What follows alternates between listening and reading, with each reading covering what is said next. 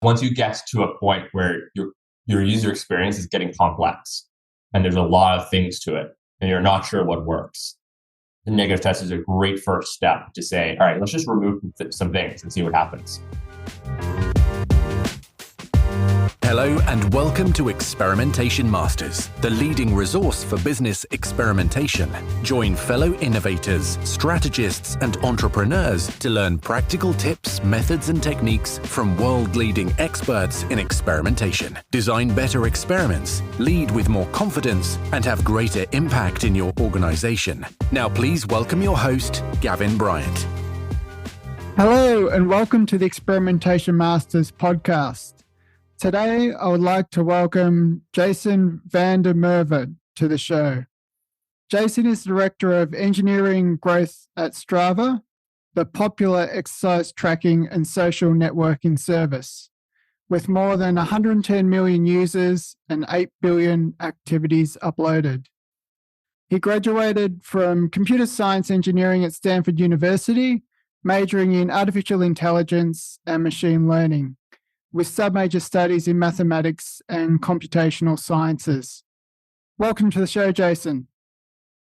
Thanks, Gavin. It's good to be here. Jason, let's get started by giving our audience a little bit of your background and experience, please. Yeah, so my background is mainly in mobile engineering, specifically iOS. It's what I started doing. Started learning how to code to really unblock myself in being able to create apps and products and try things out and ship them. So that's what I did for a while. Ended up at Strava over 8 years ago. And that's when I was placed onto the growth team. We formed the growth team about a month after I arrived. So I was kind of a fresh recruit and just kind of put on the team. And that's where I started to learn about the world of growth. And so the early days, I was coding and building things for quite a few years until I kind of transitioned to the leadership function, and now I'm responsible for multiple engineering teams at Strava. Excellent. So thinking back to your early days in mobile, is that where you first got your interest in experimentation, trying and testing a lot of different things? Yeah, definitely. I remember even early days at school, I would make a version of the app or two versions of something, and then I would go and just give my phone to people and see what happened. I remember experimenting with heat map SDKs, where you could kind of like see where people were tapping on the screen and what was useful. And so, yeah, there were definitely classes at Stanford that really were always promoting going and testing with users that are trying different things. That was, build an MVP as fast as possible, get it into the hands of the users, learn, iterate, and so on. So I guess it was kind of always something that was instilled in me, this idea that the outcome is not the first iteration of the code or the software you're delivering. It's kind of like you're on a journey with a user. There's always some better version or something better out there that you're trying to uncover. And it's kind of your goal to try to figure out what that is. So I think that's what I love about experimentation is there's no necessary end or best state. You're just, there's something better and you're trying to figure out, you're trying to understand your user better, trying to develop empathy. And experimentation is a tool to get you there. One of the things that I wanted to quickly ask you about was your remit at Strava, Director Engineering Growth. Seen a lot of companies that those two functions are typically split out. Have you found that co-locating those teams, it just drives greater efficiencies and more effective outcomes for the customer? Yeah, that's a great question. It's actually a question I get a lot. Which is very eye-opening for me because I've been doing it for so long at Strava that it feels like home.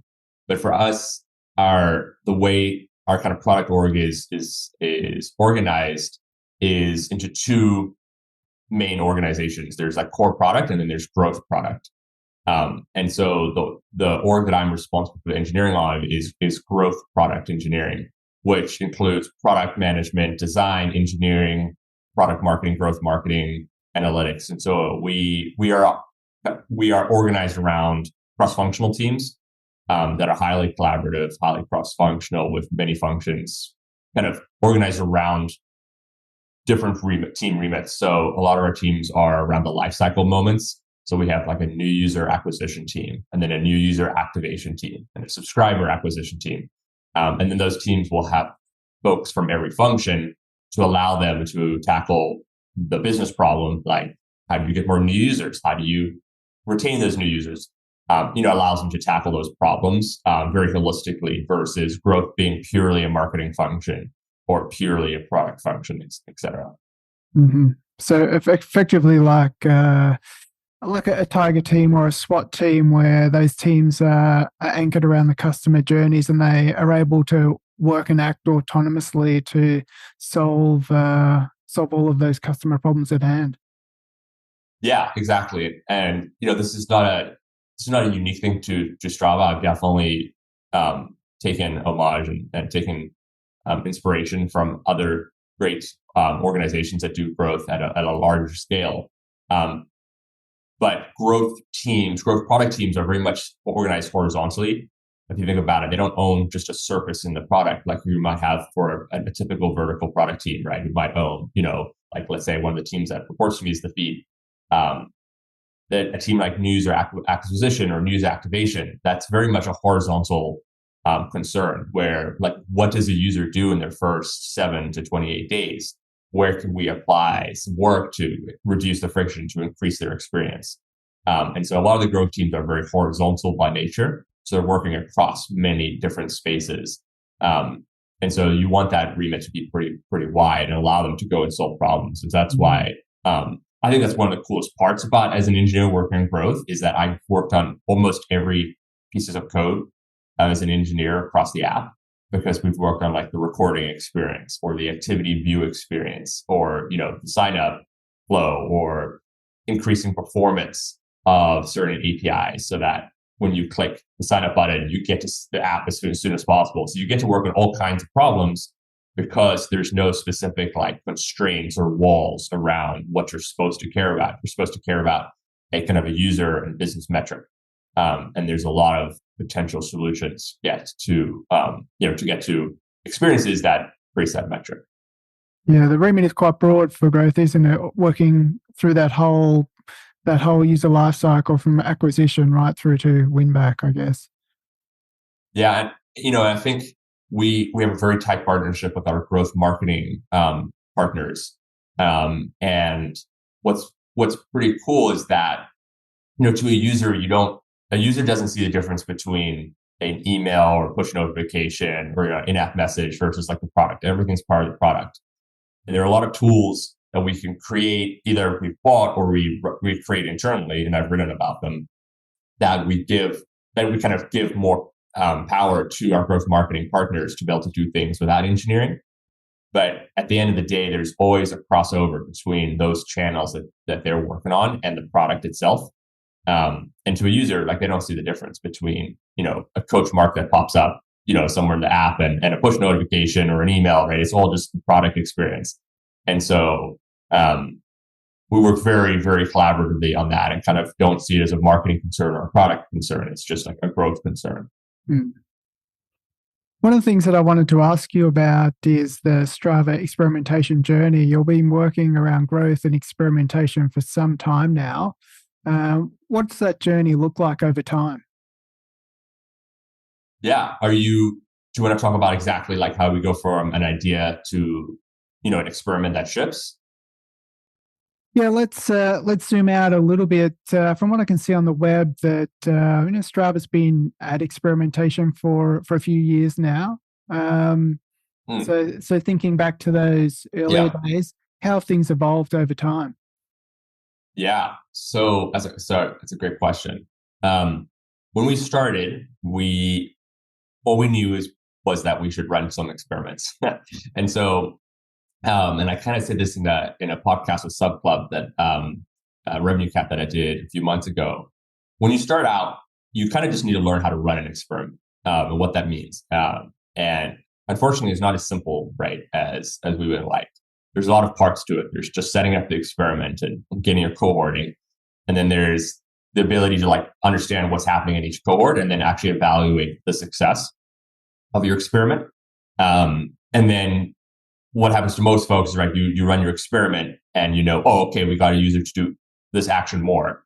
And then you start questioning, hey, is that action actually useful? So early days, we were doing simple experiments around the new user experience. Things like, getting users to add a profile photo, or to set up more of their kind of like profile information. And then as we were doing this, we were getting a better sense of what does the growth team do and what do we care about. And we had a lot of kind of advice from growth experts at companies like Facebook. And one of the kind of big unlocks for us was understanding what this activation moment meant. So the idea of an activation moment is like, how do you get a user to do a certain action or get to a certain milestone in their experience such that they stick around after being a new user?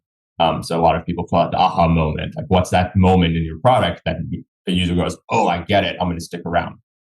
And so I would say about 6 months in, we identified our activation moment as one upload and one follow in the first 7 days. And we did that a couple ways. We did that through user research, just looking at what are users trying to do, what are they trying to accomplish in your app. Most of the time, we're just trying to help users do what they wanted to do. The second part was looking at a lot of just correlation analyses on what actions were most correlated with user retention at the 1 week, second week, second month, 6 months marks, and then combine that also with just common sense. Our product is trying to get people to be active. People want to come and be active on Strava. An activation, for us, the aha moment is your first time you upload and see that upload, and see the stats. And then the social network part of it is a great reinforcing kind of motivation machine. And so that was, once we defined that activation moment, we did, tons of tests on it.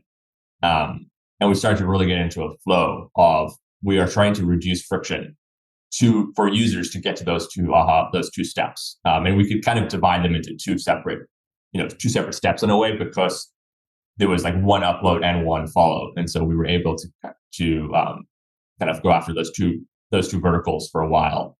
And that was a roadmap for a long time. And through that, we just started getting better and better at experimentation, faster at going from idea to, written hypothesis to, okay, what are we actually going to change? How do we design this thing? How do we run this thing? How do we analyze this thing?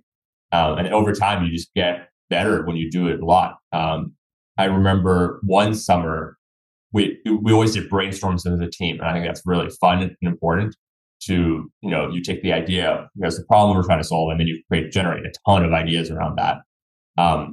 We had a spreadsheet of like 50 things we should do. And we had them divided into like things that needed design and things that didn't need design.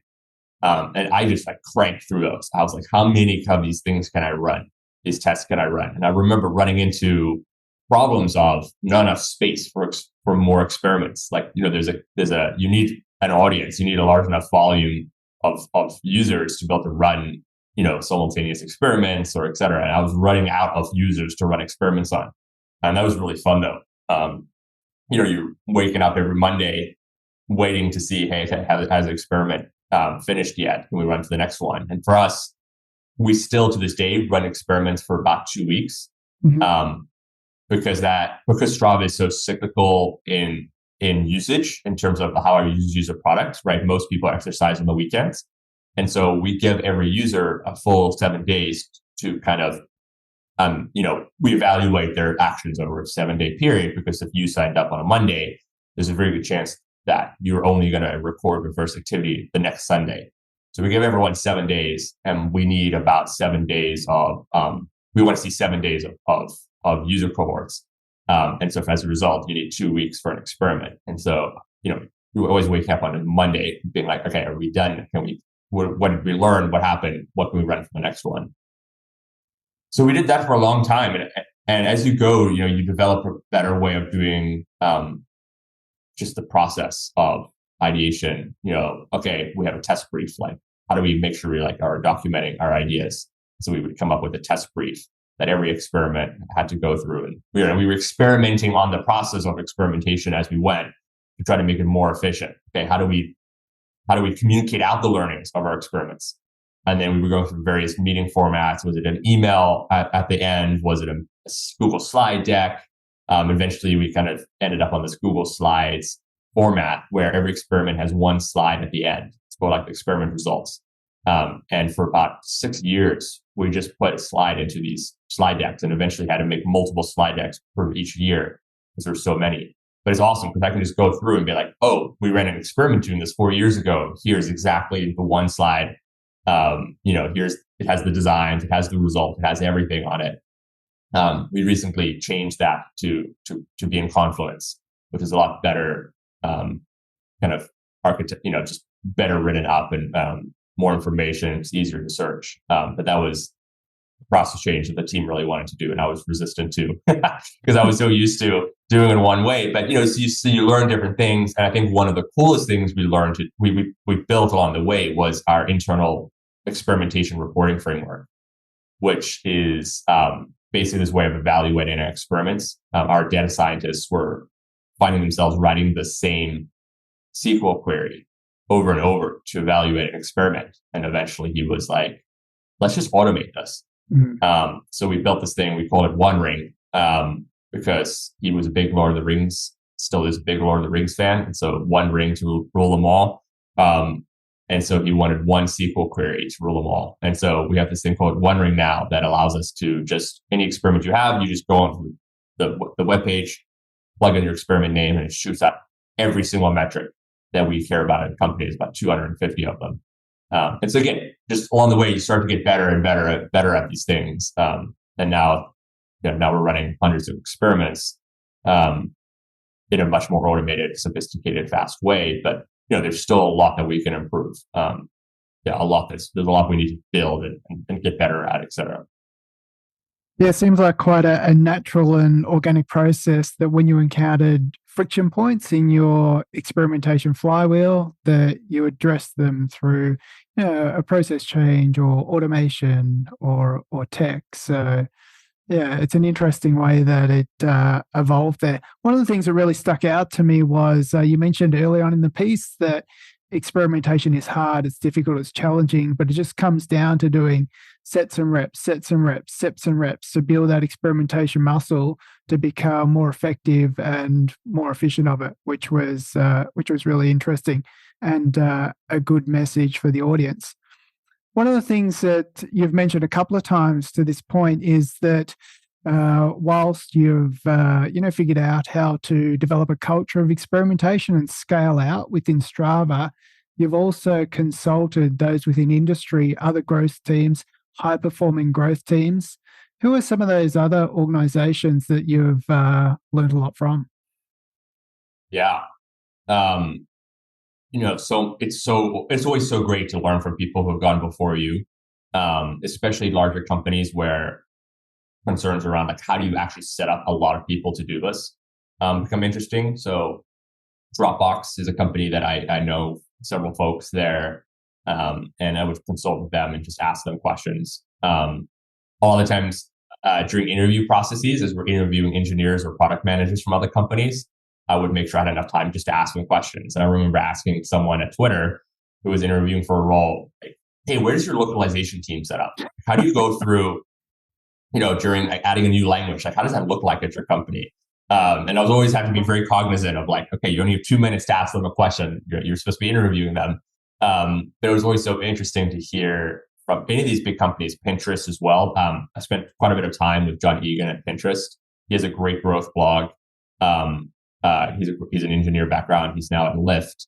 And he really helped how we've shaped our communications platform and our strategy there. And now we actually have a whole team that just focuses on kind of communications and personalization. And so spending time talking to him, obviously Facebook being a big one. So a lot of those big companies. But the difference is Strava is smaller than all of them by a lot. most of my time at Strava, we've been around 100, 150 people. We're now at 500. And so that process of scaling from the start to the size we are now was a bit more unique in terms of there's not a lot of people, not a lot of companies that kind of stick around that size. And Duolingo has done some great, I can't remember what size they are, but I think they're similar size to us, but they've written a lot about their journeys and their kind of growth experimentation journeys recently. And so I would encourage everyone to read what Duolingo has put out. That's one of the reasons I write about just the things that we do now, because I wish I'd been able to read that kind of stuff when I was making decisions and trying to organize the team and trying to figure out what's the right step, because it took me 8 years to get to where I am right now in terms of the knowledge around growth, and it probably could have taken me a lot faster if I knew a lot of these things up front. But the journey was fun for me. But I think in a world now where things are moving way faster than they were 8 years ago, new companies, they don't need to go through an 8-year journey to figure this stuff out. Like it's not rocket science. It's pretty cut and dried in many regards.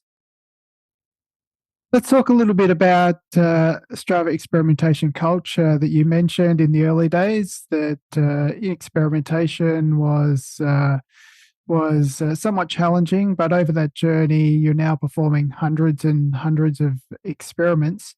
How would you broadly describe experimentation culture at Strava?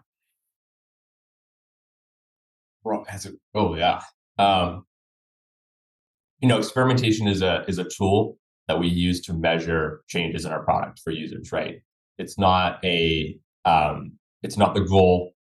It's not the plan. It's a tool that we use to figure out how we change things. And so we heavily rely on experimentation to really understand the impact on our output metrics, things like retention, or the subscription, how the changes we're making in our product can impact those metrics.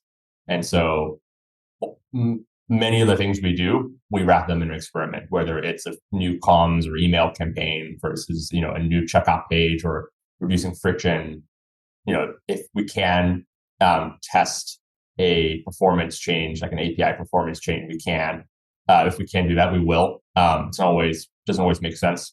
We're always trying to understand, like, how much did this really impact the user journey, the user experience. At the same time, we're also trying to make sure that it's really easy to do those things, because no one wants to spend a bunch of time trying to set up an A/B test or go through the mechanics of an A/B test. Right? It shouldn't be harder to do the A/B test than it is to do the feature or the change itself. And so a lot of the experimentation culture I think we have is trying to improve the platform so that we can run tests, without even thinking about it. And so the most part, we try to A/B test everything.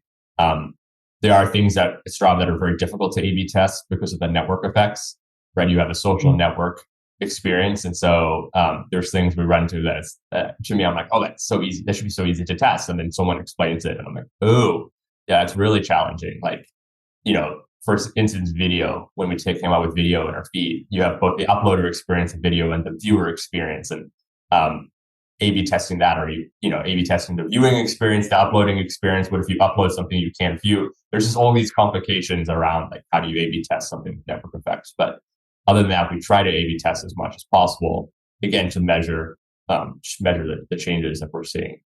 Yeah. So key message there: make experimentation as easy as possible, so people can then use experimentation to measure the impact of their work and the impact on user. Interesting one for you now that I want to ask. What are you obsessing about with growth and experimentation right now? Oh, that is a really good question.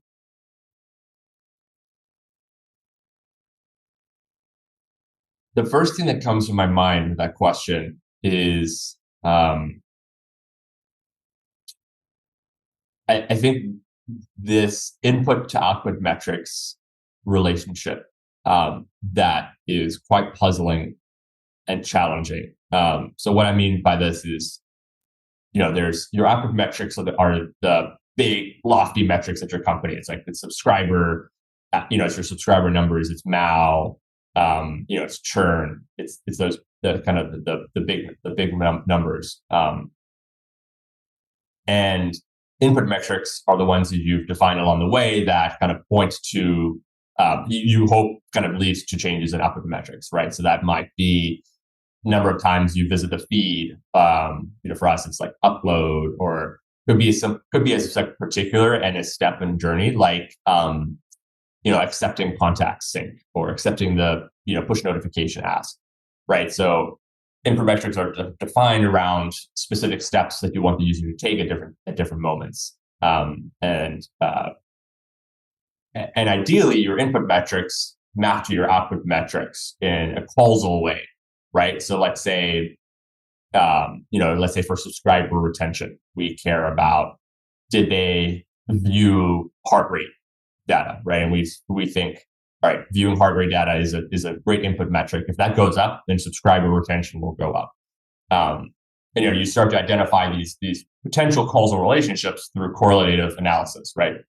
So there's a lot of like correlative analysis that your data scientists can do, or you can just simply look at the math and be like, okay, this one's really heavily used, and then when we see this one go up, the retention goes up. So maybe there's a causal relationship. And then what you try to do is you try to prove the causal relationship between those two metrics. And that is very difficult to do. So something like subscriber retention, that's an output metric that is very difficult to observe a change in an experiment, because it's just very difficult to move. You probably have a high baseline already, which means like the sensitivity to that net metric is pretty small, or at least the sensitivity in a positive way is very small. And you might need your input metric to move heavily in order to see your output metric move. So you might need like heart rate usage to double in order to see a 2% change in subscriber retention. But you don't know. That's often how it works. And I think what's so tough then is, how do you make decisions when a lot of your input metrics are correlated with output metrics, but you have improved causation? Mm-hmm. And when do you almost admit defeat on finding a causal relationship, or rely on the kind of correlative relationship? And that's really challenging to do, because there's a lot of like, products are not simple, right? Like there's a lot of complex user behavior in your product, and so just because something is correlated doesn't mean it's necessarily the reason why retention is going up. And so something we're just working a lot on is, how do we prove causal relationships, or how do we get maybe better around correlation analyses in a way that allows us to assume there's maybe some level of causal relationship there, because you don't want to be the middle ground where you're just spinning your wheels, not sure, and thus not convicted on your input metrics and how they might affect your output metrics. But at the same time, you don't want to do a bunch of work into a general area of that isn't going to have an impact. Or on the other extreme, just completely relying on maybe an outdated product intuition. Exactly, and that might change over time. I think a really good example, something we've discovered the last few months, and this will feed into your questions on the negative test in a second. As I said, our activation metric that we defined a long time ago has always been one upload and one follow in your first 7 days. The upload piece has never changed. Strava is a place where you add your activities. The follow piece has changed slightly, in the fact that people are a little bit more skeptical around following someone when they open an app nowadays, when they sign up for a new app. I think people have moved away from the Facebook model. They are a little bit like, they're much more concerned about privacy, much more concerned about their data. Where is this going? Who can see this? Why can they see this? Why do I need to follow someone? You have networks like TikTok and Snap where you don't need to follow people, right? There's like content out there that could be from, someone I know or someone completely random, doesn't matter. And so Strava in some ways is this kind of more old school social network where we do want you to have personal relationships reflected on the network, right? We do want you to find the person, your best friend that you run with every week, and follow them, because we are that very close. We're creating that close knit community as well as broader communities. But so as a result, people have been a little bit more skeptical to follow someone in their first 7 days, and as a result, that metric importance has gone down quite a lot over the last few months. And we're trying to figure out how much do we deprioritize that compared to the upload moment. And this is where, if I was giving advice to another company, I would be like, you should never have an activation metric that has two prongs to it like we did. But I think, Strava is unique and that makes sense.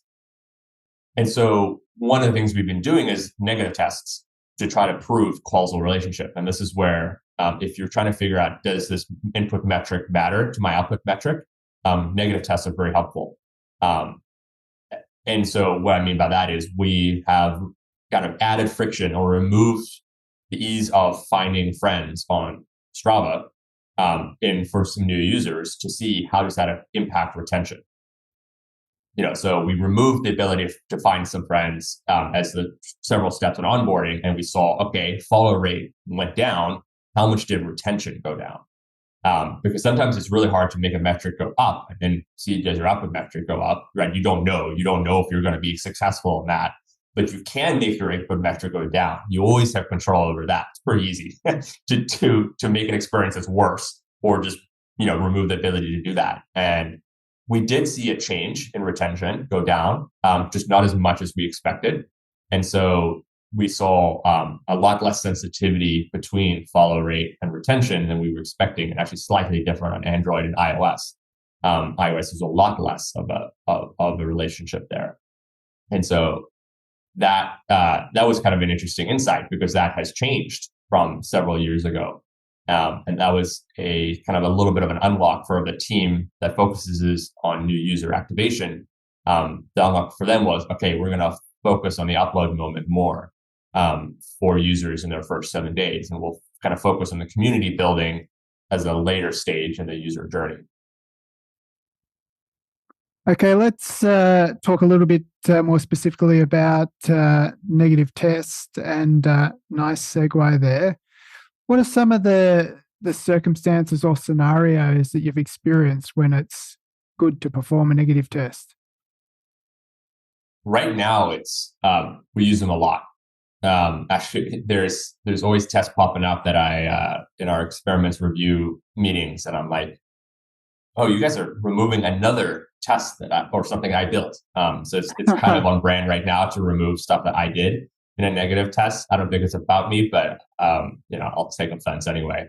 I think for us, once you get to a point where your user experience is getting complex and there's a lot of things to it and you're not sure what works, the negative test is a great first step to say, all right, let's just remove some things and see what happens.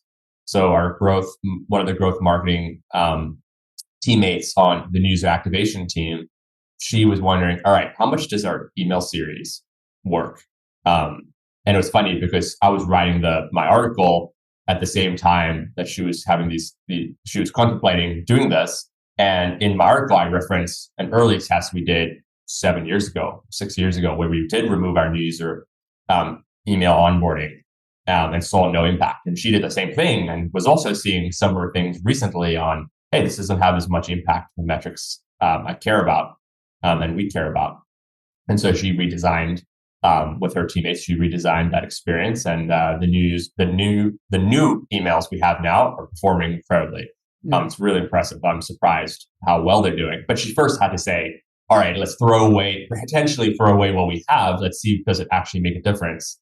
All right, it doesn't work. Let's go to the drawing board and try something completely different. And so I think there's so many cases where people just assume what they have works. It's really easy for us to do, right?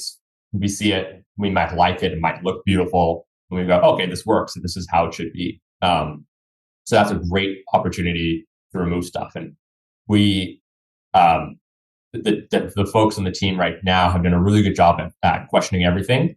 And this is where having new teammates is really awesome, because they come in with a fresh mindset, and especially if you find people that are wanting to challenge the status quo. They'll challenge everything. And so a bunch of folks challenged our feature education. Again, I wrote an article about how we built this feature education platform at Strava. It's like this nice coordination platform. As a result, people started doing more feature education. Each of those coach marks and different feature education moments had a big impact. It was awesome. And then they came in and they were like, recently they were like, I think we have too much feature education. We're gonna delete it all and see what happens. And they removed it all, and user retention went up. And it was like, dang, like I was so proud of that. But it was so cool because that was something I would not have. I probably wouldn't have been like, all right, let's just remove everything I was working for several years to get us to do more.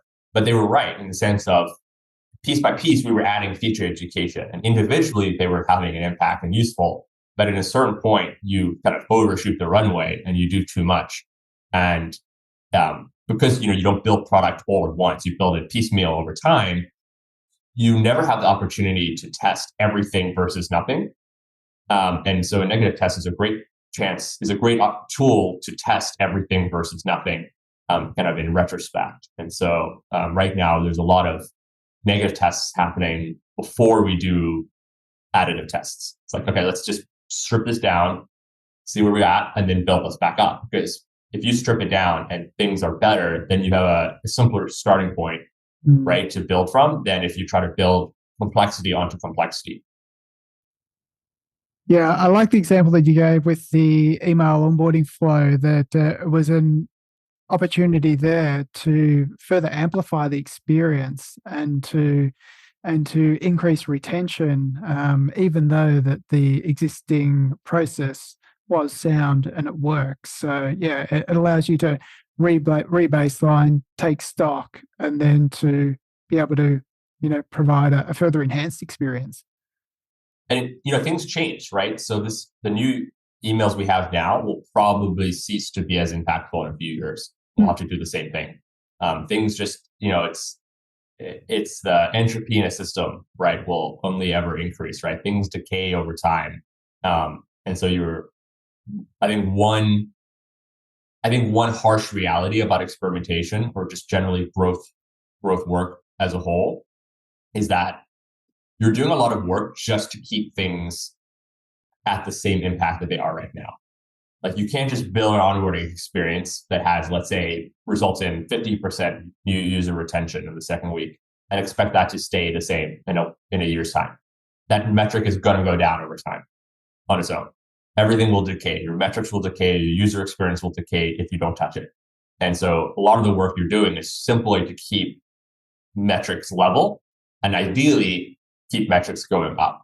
But there's so many macro factors that go into the performance of your product, whether it's the mix shift of your audience, right, over time, as you go from high product market fit users to people that are a little bit more exploratory, or you go from organic to paid, or right now where folks are a little bit more skeptical of spending money because they're unsure of the economy, or they have more choice because COVID pandemic is over, right? So they have more choice with their time.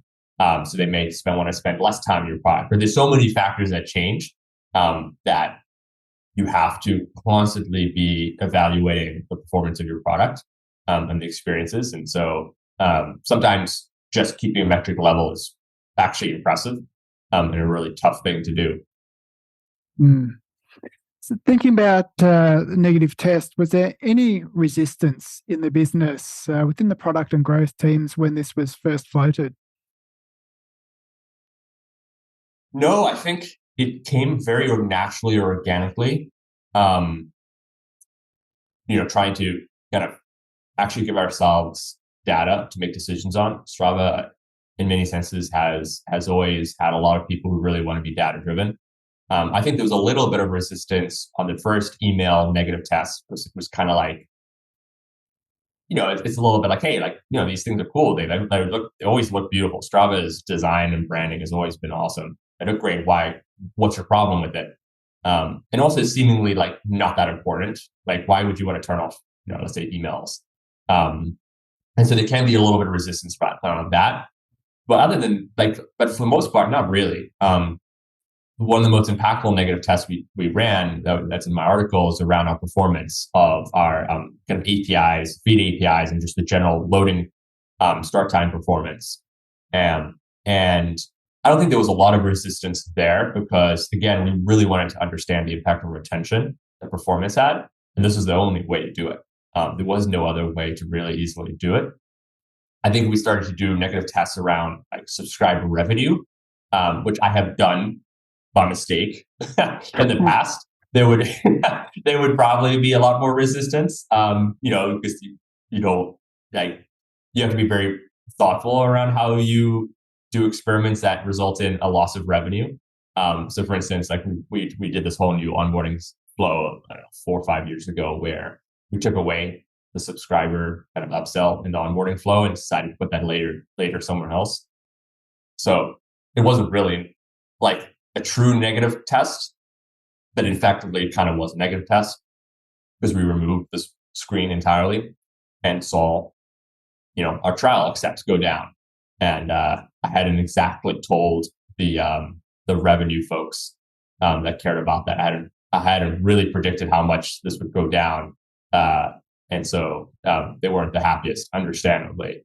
And so there are some areas where you're probably going to get a little resistance, but I think we have a culture now where if we really did want to understand the true friction of like a trial experience or something like that, we would try that. And actually, we have a great example where there's a part of our product, I'm going to be kind of high level here, but there's a part of our product where we've always done a really good job. Well, we thought we've done a really good job of selling subscriptions.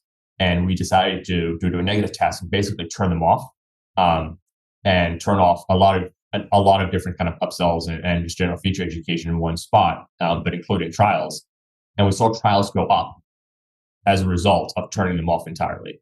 Basically, we were probably annoying users in a certain area of our product, and we decided we would, just turn off. And there was a lot of reasons we did that. Some of it was technical complexity, technical cost, etc. And the result wasn't just neutral. Like we were hoping, okay, this won't be that bad and we'll get to, rethink the system.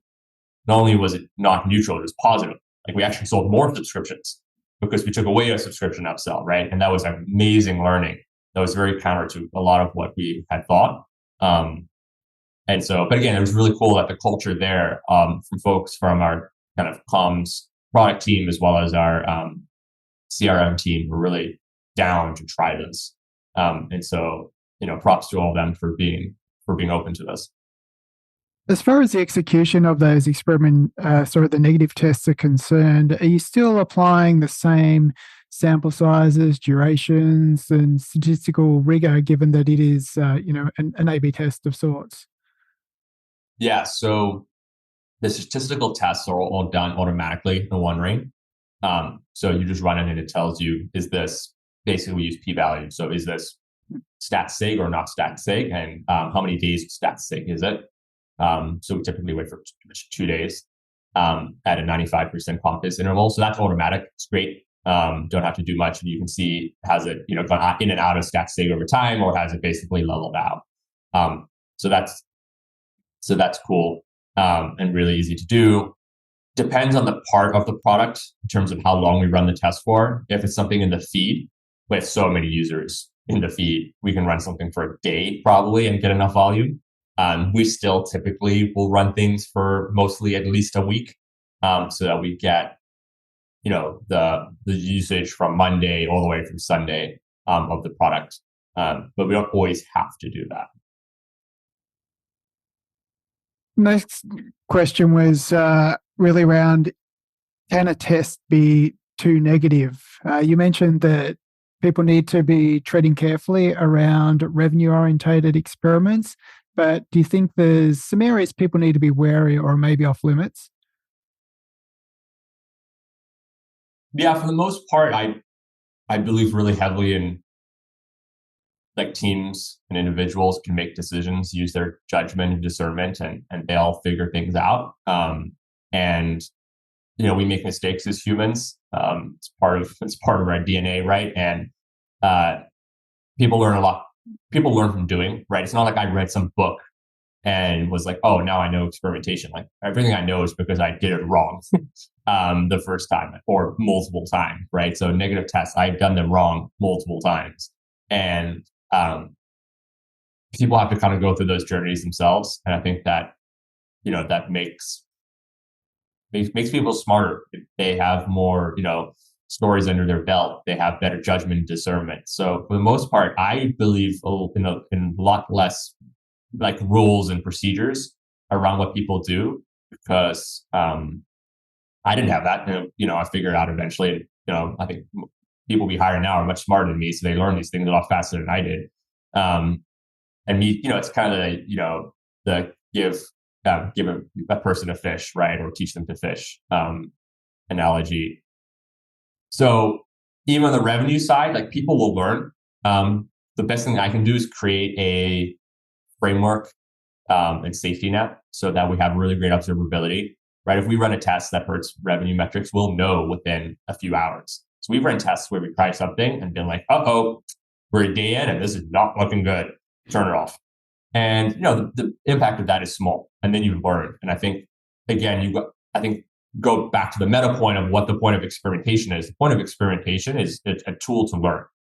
And so you have to be really focused on what are you trying to learn? And is that learning going to be interesting, novel, and useful in the future? And if you're running an experiment where there is no learning, or you don't really care about the learning, then you shouldn't be running an experiment.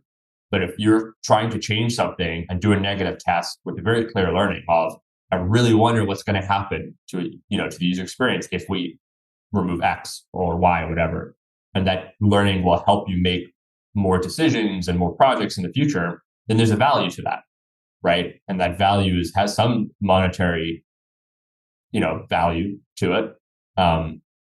It's hard to put a dollar value on learnings, but when we removed when I kind of did that negative test on the trial screen for new users a few years ago, that cost the company money, significant money. But we learned about how important it is to sell at a certain moment in the new user journey that we didn't really know before. And ever since then, that is the one rule: is you don't move the screen. You don't ever hurt the screen, because we know it's so important where it is and how it works. And it was a great learning. It was worth it in the long run. The short run, it kind of hurt, but yeah. So I think for the most part, let people try stuff. Make sure you're focused on learning and value. And it's okay if you hurt metrics, but there will be some guardrails. Like, for the most part, you're not supposed to roll out an experiment that hurts revenue. You can run an experiment that hurts revenue, but you can't roll it out. And if it's really hurting revenue, you need to turn it off, soon. To your point, having the right guardrail metrics in place so that an experiment can be paused or stopped if needed. Yep, exactly. Okay, let's wrap up with our fast four closing questions. Number one, what's next for experimentation at Strava? I think you asked about what I'm assessing about, and I talked about correlation and causation. That is something that the data science team is working hard on.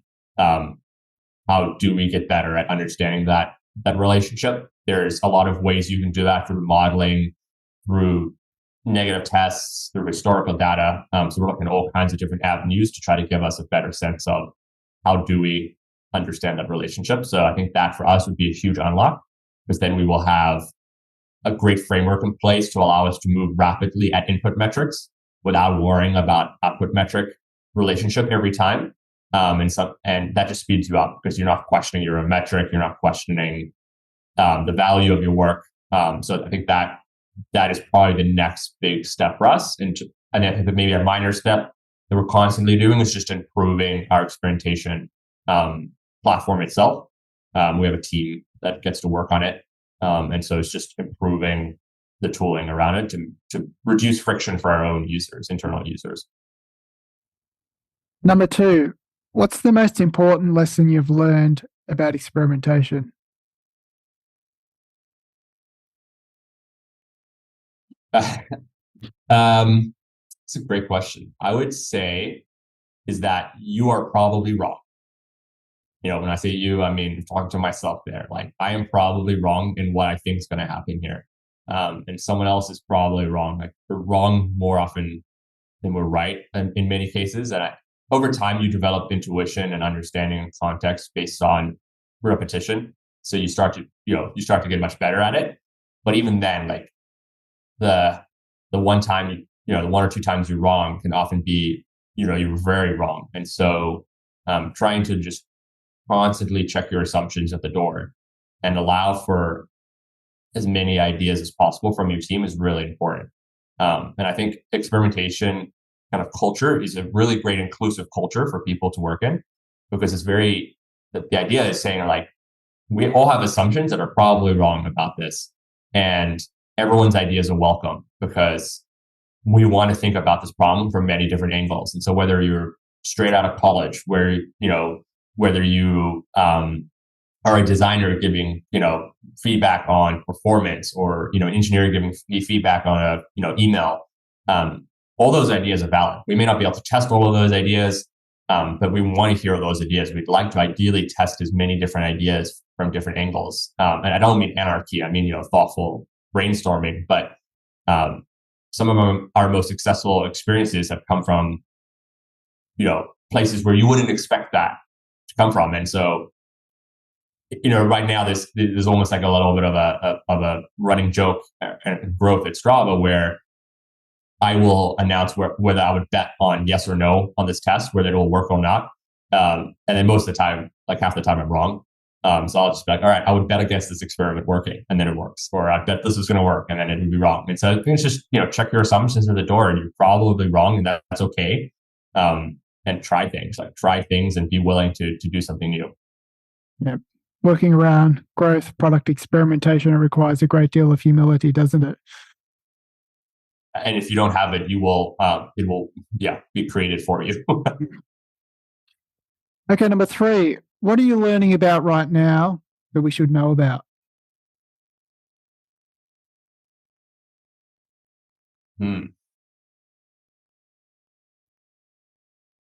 I've been really enjoying a lot of the recent guests on Lenny's newsletter and Lenny's podcast.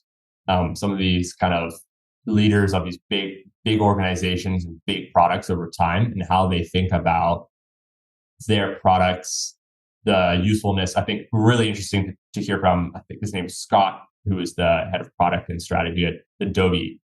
And he's talking about just general Adobe product strategy. And then he goes into onboarding experience and how important the onboarding experience is, and how over time you have to adapt your onboarding experience because your the product market fit of your user, or like how interested your user is in your product or skill they are, is going to change. Like, so for Adobe, to use Photoshop 10 years ago, you had to have a PhD, right? It was a complicated product. And nowadays, there's Photoshop on your phone and it's super cheap, right? Before you had to pay a lot of money, $500. Now you pay $10 a month to use Photoshop. So now your user in Photoshop is a lot more casual. And so they had to adapt their onboarding for a lot more casual users rather than like kind of the pro designers or photographers. And so thus your new user experience has to change. So hearing from folks like that, where they are thinking so big in terms of these step function changes in the product strategy of their business, but then they are still thinking about these like kind of experiences and kind of almost optimization is the wrong word, because people think optimization are small tweaks, but these optimizations along the way is really interesting, because at the end of the day, point of growth is to connect users with the value of your product. And so growth people have to care about the value that is being created in their product, right? So you have to care about the core product experience and that it's getting better and that you're delivering delightful experiences to your users. Even if you're not the one building those, you still have to care about those and have an opinion and understand those, because the whole point is you're selling that, right? A growth person is literally a salesperson for the product. So just hearing from those folks is really interesting. So I would encourage anyone else to just go listen to Lenny's podcast and read his newsletters. Final question.